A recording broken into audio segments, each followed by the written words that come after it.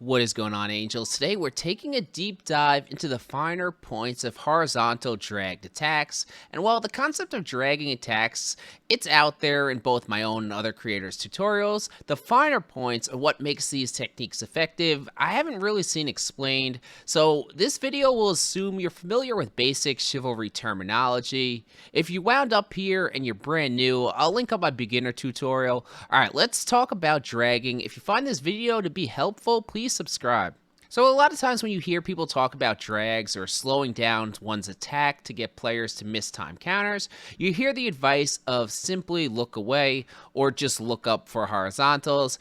And this is of course correct, you're dragging your attack, and sometimes it can be effective, but it's not really the best way of performing a drag. And here's why: if you just immediately look away when you're beginning your attack, a better player will just immediately recognize that you're dragging an attack. This now becomes not really a game of baiting or tricking your opponent, but a game of, is your opponent patient enough to wait for the drag and time the counter correctly?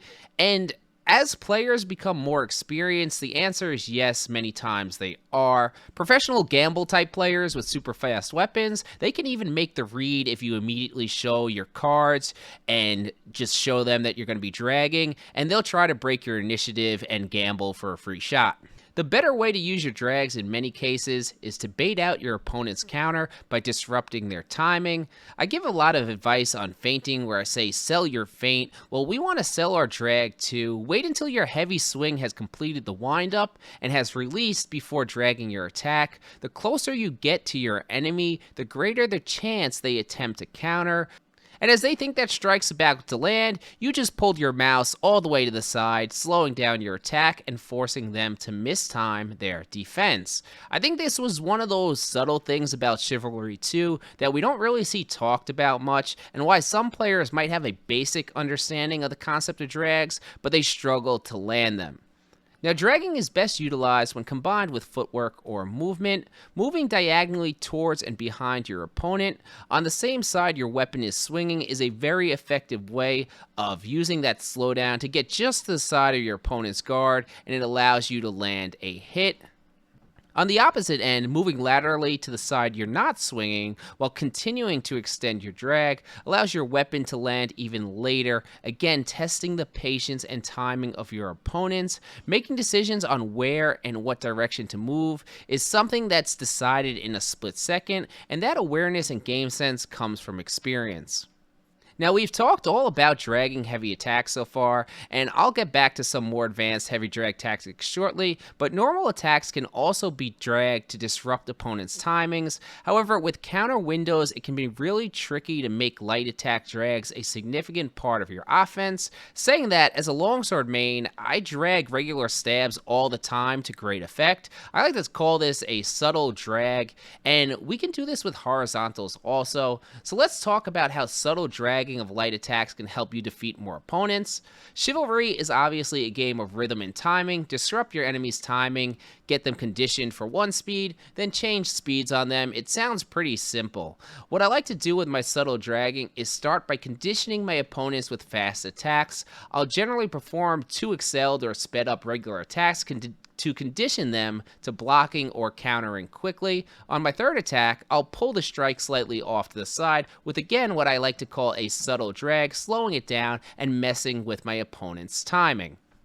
Now, for heavy attack techniques, we have what I like to call the low drag. If you look down around the enemy kneecaps while performing your drag, this can do a few things. One, its timing is slightly different than a waist-height drag. And 2, your opponents will have to look down to see it better. And 3, it just looks slightly jank, which can screw or confuse people that aren't used to seeing it. I actually like this technique a lot for team objective and more 1v1 oriented gameplay also, as you can still keep good awareness on the battlefield, and it's also pretty easy to land since you're throwing at a large body mass.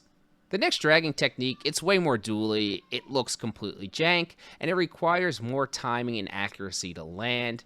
If you aim your attack towards the heavens, you can perform what is called a rainbow drag. You're literally starting low, going up high, and then pulling your attack back down over your opponent like a rainbow. This is a good move in a really intense 1v1 against a player who's proficient at countering bread and butter techniques. However, you are messing with your sight lines on the battle by looking up, and there's always the risk of missing this in a crazy group fight. I would say things like this for team objective is something that's just for occasional use, and if you're doing more like arena or dueling, then you can add it a little bit more to your gameplay.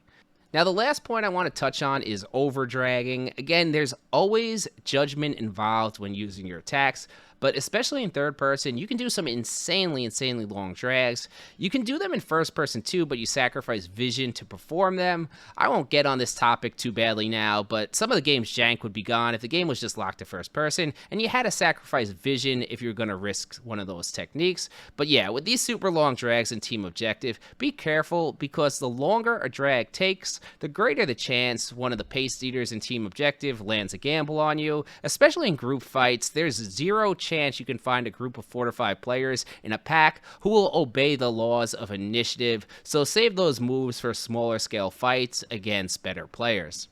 Alright guys, that's it for me. I really hope this video helps you guys understanding the more subtle points of Chivalry. See you in the next one. Champ out.